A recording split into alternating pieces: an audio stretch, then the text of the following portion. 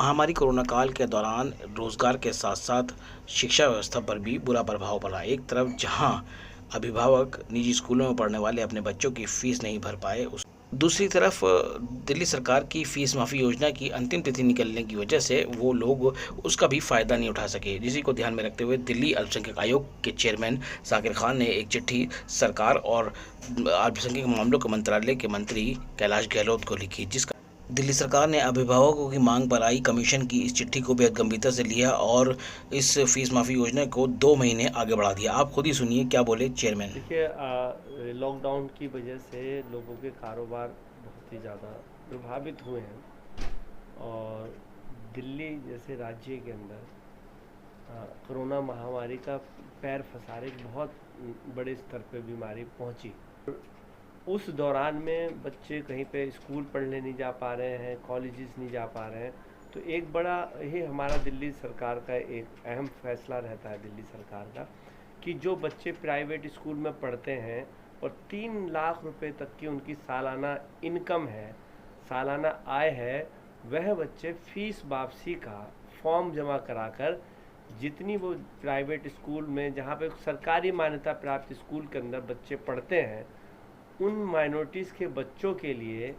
Fees वापसी योजना है। 3 लाख रुपए तक का एसडीएम द्वारा इनकम सर्टिफिकेट बनता है, एक फॉर्म भरा जाता है, उस फॉर्म को हम भरते हैं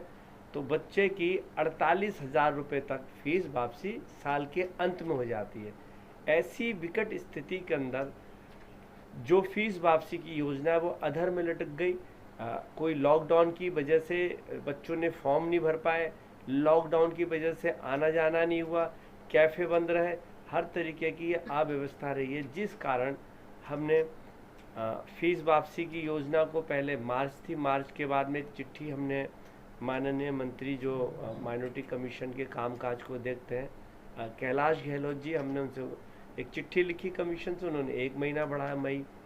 फिर उसके बाद में मई की तारीख फिर समाप्त हुई तो फिर हमने उनको एक चिट्ठी लिखी और माननीय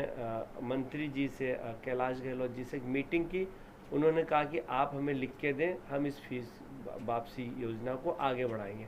तो हमने उनको 1 महीने की बजाय 2 महीने का उनसे समय का बढ़ाने के